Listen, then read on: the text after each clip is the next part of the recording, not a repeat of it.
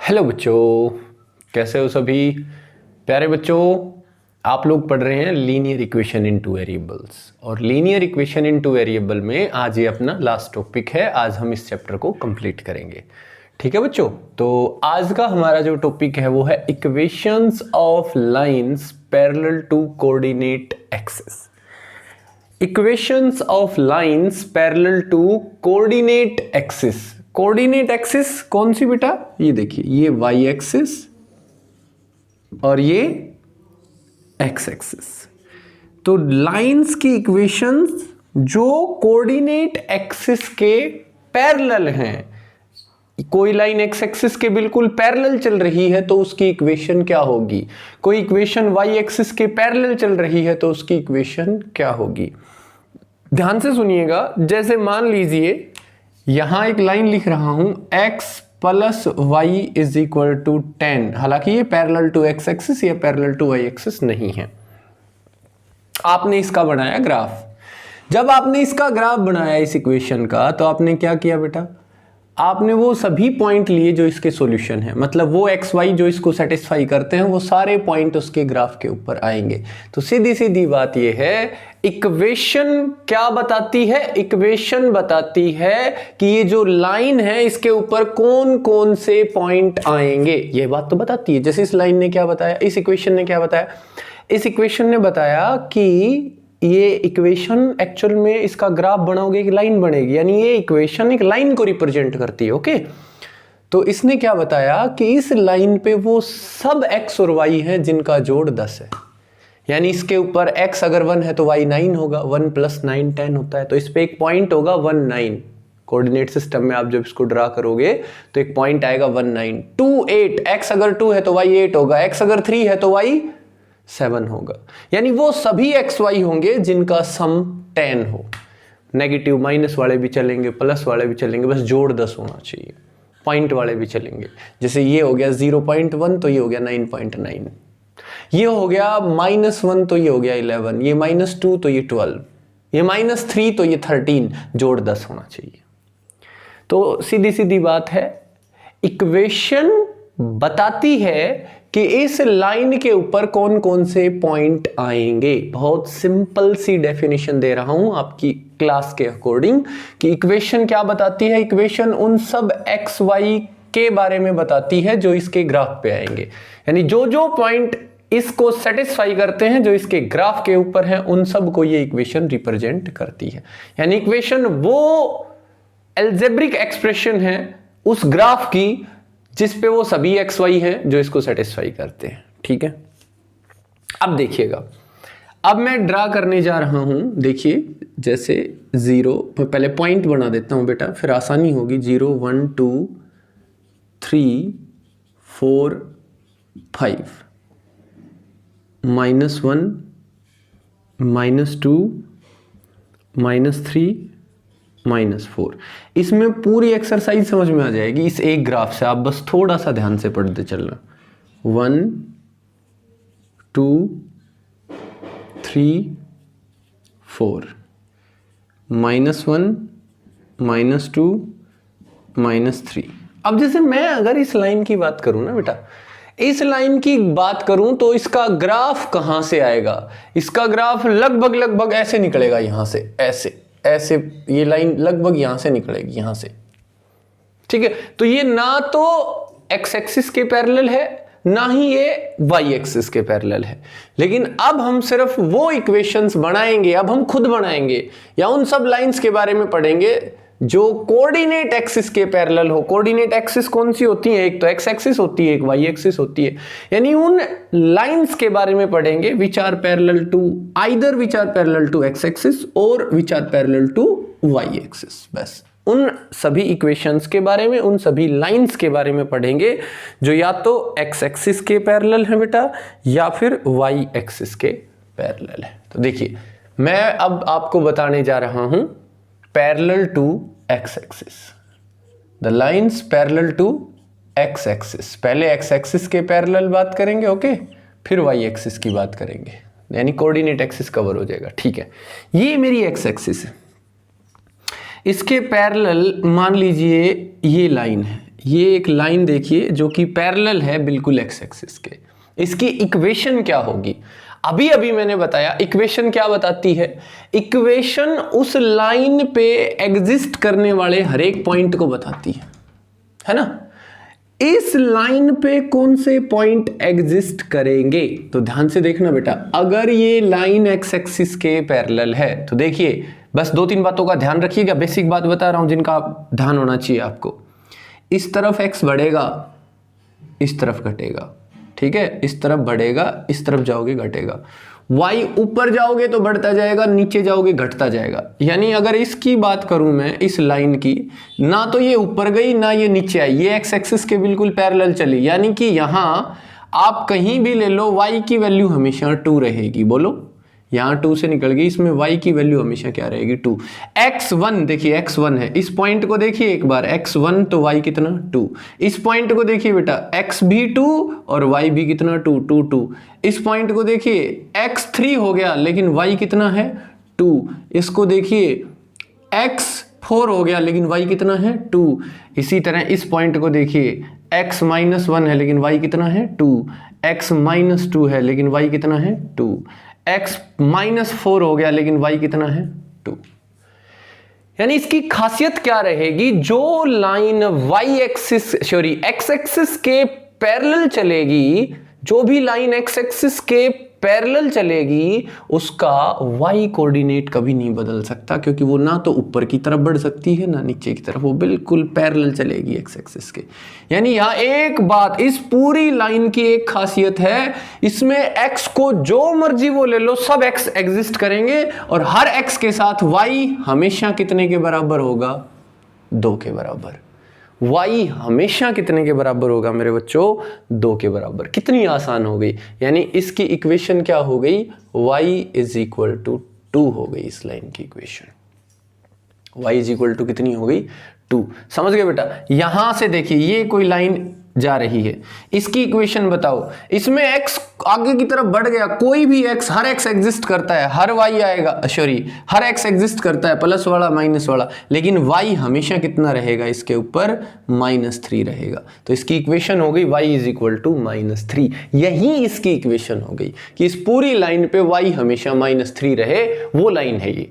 भाई लाइन की इक्वेशन क्या बताती है? उसका ग्राफ की पोजीशन बताती है कि उसका ग्राफ कहां है, उसके ऊपर कौन कौन से पॉइंट है। तो इसने क्या बताया? ये वो लाइन है जिस पे y हमेशा -3 है। तो मेरे को पता है y -3 यहां है, इस तरफ जाऊंगा तो भी y -3 रहेगा, इस तरफ भी x यहां बढ़ेगा यहां घटेगा, लेकिन y हमेशा -3 रहेगा, ना ऊपर जाऊंगा ना नीचे जाऊंगा, y -3 रहेगा।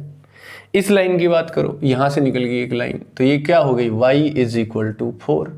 y = 4। ठीक है बेटा। अब बात करते हैं एक line which is parallel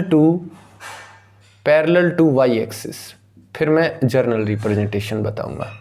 parallel to y axis, ठीक है। अब देखिए, एक बार थोड़ा साफ कर लेते हैं, अच्छे से समझ में आएगा। अब आप अगर ये समझ गए होंगे तो आपको पैरेलल टू y एक्सिस भी समझने में कोई दिक्कत नहीं आएगी बेटा, ठीक है। ये y एक्सिस, ये x एक्सिस, यहाँ 0, यहाँ x1 2 3 4 5, -1 -2 -3, 1 2 3 4, -1 -2 -3। अब देखिए, ध्यान से देखिएगा, a line which is parallel to y axis. कोई भी लाइन, ये y एक्सिस है जो इसके पैरेलल होगी। देखिए ये लाइन मान लीजिए इसके पैरेलल है y एक्सिस के। इसकी खासियत क्या है? इसकी खासियत ये देखिए, y 0 था, यहाँ 0 से और इन्फिनिटी तक गया y, 0 से -∞ तक गया y, लेकिन x हमेशा कितना रहेगा? 2। यहाँ कभी नहीं बदलेगा। यहाँ खासियत रहेगी कि x हमेशा 2 रहेगा। तो जो लाइन y एक्सिस के पैरेलल है उसमें x हमेशा कांस्टेंट रहेगा, फिक्स रहेगा x। और जो x एक्सिस के पैरेलल है बेटा, जैसे ये लाइन देखिए, ये x एक्सिस के पैरेलल है, इसमें y हमेशा कांस्टेंट रहेगा, y = 1। अब आप इस पे पूरी लाइन पे देखोगे y बदलता रहेगा, y2 आएगा, y3 आएगा, y4 आएगा, लेकिन x हमेशा कितना रहेगा? 2। तो 2 2 2 3 2 4। तो इसने क्या कहा, ये किसको रिप्रेजेंट करती है equation x is equal to 2, उस लाइन को जिस पे x कोऑर्डिनेट हमेशा 2 रहे। वो सभी पॉइंट जिनका x कोऑर्डिनेट 2 है और y बदल दो, सारे रियल नंबर ले लो, तो ये देखिए ये लाइन, ये ग्राफ हमें मिल गया।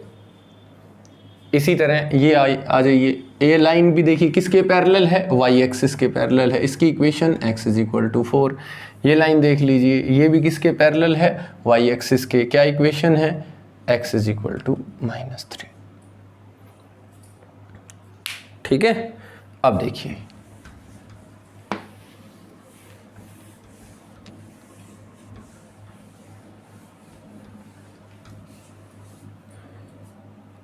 कोई भी लाइन, बार बार आपको हालांकि ग्राफ बनाने की ज़रूरत नहीं होगी मेरे बच्चों, मैं तो आपको समझाने के लिए बना रहा हूँ।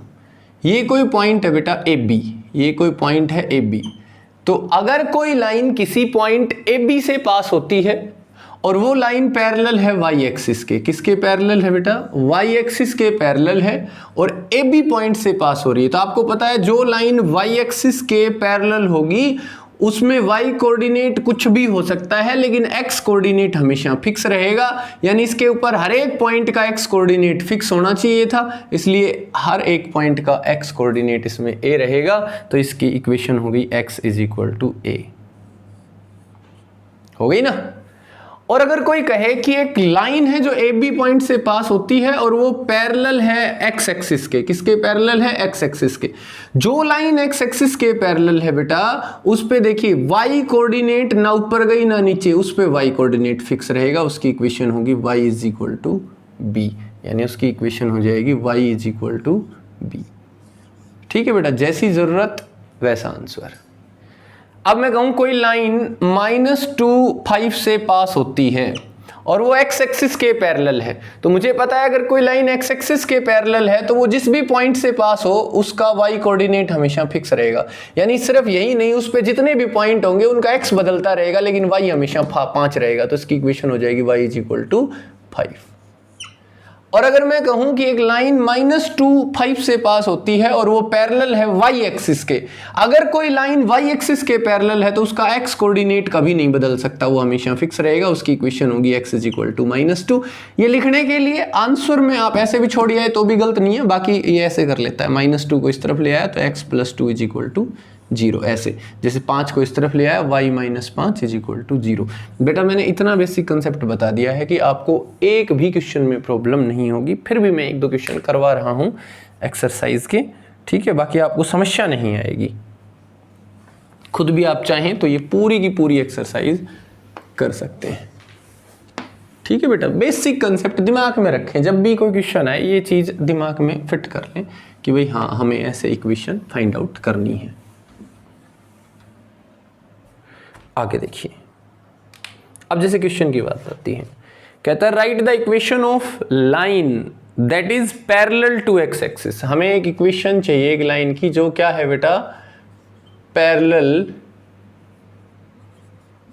To x axis, x axis के पैरेलल है एंड पासिंग थ्रू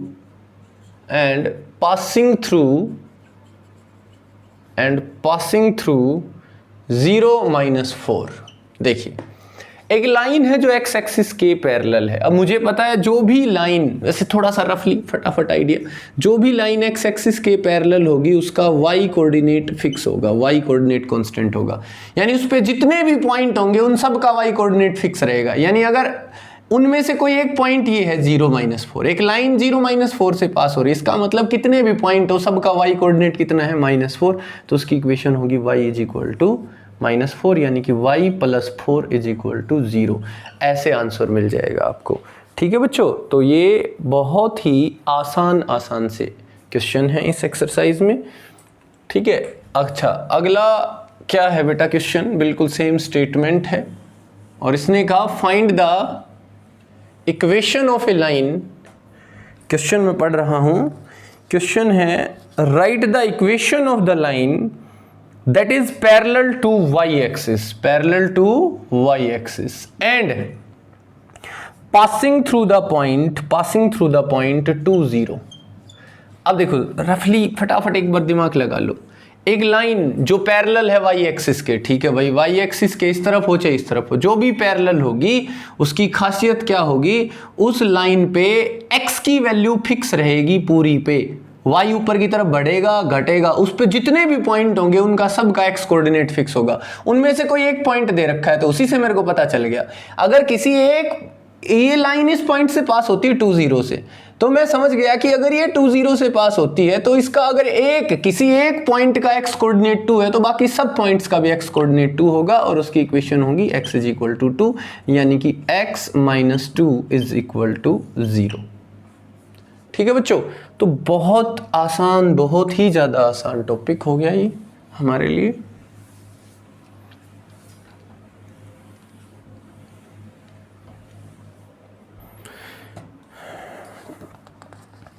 आगे देखिए, कहता है draw the graph of the each of the equation. अब जैसे इसने ग्राफ बनवा लिया हमसे x - 5 = 0, कहता है इसका ग्राफ बनाओ। देखिए बहुत आसान है, ये y एक्सिस, ये x एक्सिस, ये 0, ये 1, ये 2, ये 3, ये 4, ये 5, ये 6, ये -1, -2, -3, -4, 1 2 3 4 5, -1 -2 -3 -4 -5। देखिए बेटा, इसने एक इक्वेशन दे दी कि इसका ग्राफ बनाओ। देखना एक बार x - 5 = 0, यानी कि x = 5। क्या है ये? It is the equation of a line parallel to y axis. ये उस लाइन की इक्वेशन है जहां x हमेशा 5 है। x 5 पे आ जाओ, इस तरफ x बढ़ेगा, इस तरफ घटेगा, तो सिर्फ ऊपर जाने दो लाइन को और नीचे ले आओ। ये है लाइन x = 5, या मैं लिखूं x - 5 = 0। A line which is parallel to y axis, a line which is parallel to y axis। अच्छा, अगला दे रखा है बेटा y + 7 = 0, यानी कि y = -7। अब भाई ग्राफ थोड़ा सा नीचे ले लो, ये -6 -7, y = -7, मतलब एक लाइन जहां y कोऑर्डिनेट हमेशा -7 रहेगा, y हमेशा -7 रहेगा, तो ये चलेगी parallel to x axis, y = -7। दिखाई दे रहा है कि नहीं बेटा? बिल्कुल दिखाई दे रहा है। तो बहुत ही आसान क्वेश्चन है ना। कहता है ड्रा द ग्राफ, एक और ग्राफ यहीं साथ के साथ ड्रा कर देते हैं, फिर लाइन वेयर y + y - 3 = 0। तो ये देखो y = कितना ले लो, 3, यानी एक लाइन जिस पे y कोऑर्डिनेट हमेशा 3 रहेगा, और y = कांस्टेंट उस लाइन की इक्वेशन होती है जो पैरेलल होती है x एक्सिस के। तो y को 3 लो और x एक्सिस के पैरेलल एक लाइन ड्रा कर दो, ये है y = 3, या हम इसे कहेंगे y - 3 = 0। ठीक है प्यारे बच्चों, तो बहुत आसान से क्वेश्चन है, 1% भी दिक्कत नहीं आएगी आपको, 1% भी दिक्कत नहीं आएगी। तो प्यारे बच्चों अब आप देखिए नेक्स्ट क्वेश्चन, और देखिए नेक्स्ट क्वेश्चन क्या है। नेक्स्ट क्वेश्चन है solve the equation। चलो ये भी कर लोगे तुम, मैं लास्ट क्वेश्चन करवा रहा हूं। Draw the graph of the equation represented by the line. ये देखिए क्वेश्चन लिख रहा हूं मैं, draw the graph of the equation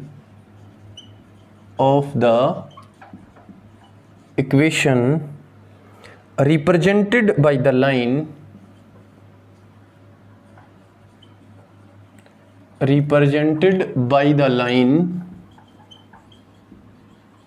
line which is parallel to x axis,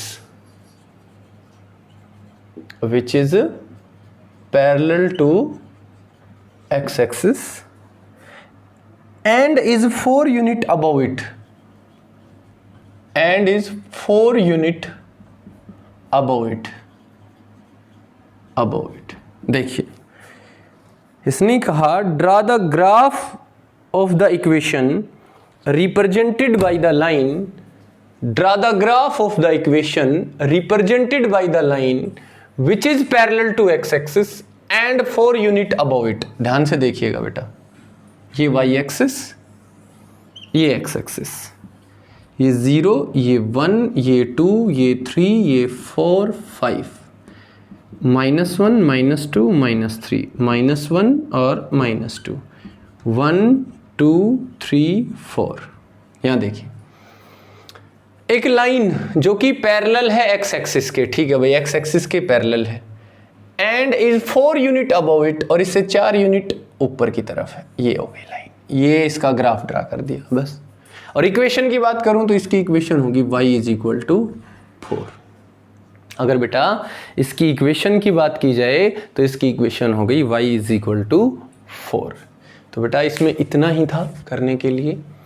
अब कल संडे है और आप लोग क्या करोगे, जितने भी ऑब्जेक्टिव क्वेश्चन हैं वो सारे सोल्व करोगे। इस चैप्टर के कंप्लीट होते ही लास्ट में इसके ऑब्जेक्टिव क्वेश्चन डाल रखे हैं, वो सारे सोल्व करोगे। कल संडे है और कोई डाउट होता है तो आप मेरे तक भेजोगे, ठीक है बच्चों।